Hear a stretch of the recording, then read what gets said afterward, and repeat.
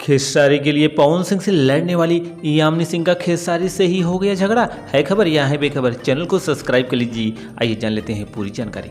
खेसारी लाल यादव और दढ़िया वाली फेम यामिनी सिंह की जोड़ी दर्शकों को जबरदस्त लगती थी और दोनों एक साथ 5 फिल्में और 11 से ज़्यादा गानों में शान दिखे थे। लेकिन जब खेसारी के कारण थोड़ा बहुत यामिनी सिंह हिट हो गई तो खेसारी को ही टाटा बाय बाय कहकर प्रदीप पांडे चिंटू के साथ जोड़ी जमा ली और दोनों एक से बढ़कर एक हिट फिल्में भी देने लगे। अभी हाल ही में फिल्म फेयर अवार्ड में यामिनी सिंह ने कहा कि खेसारी लाल यादव और उनकी टीम उन्हें ब्लॉक कर दिया है और वे खेसारी लाल यादव जी से एक बार बात करना चाहती हैं।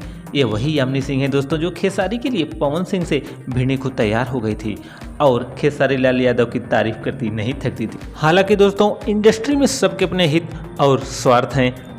दोस्तों अगर जानकारी अच्छी लगी है तो एक लाइक करिए, चैनल को सब्सक्राइब करिए इंतजार, क्योंकि हमारे भोजपुरी बाहर।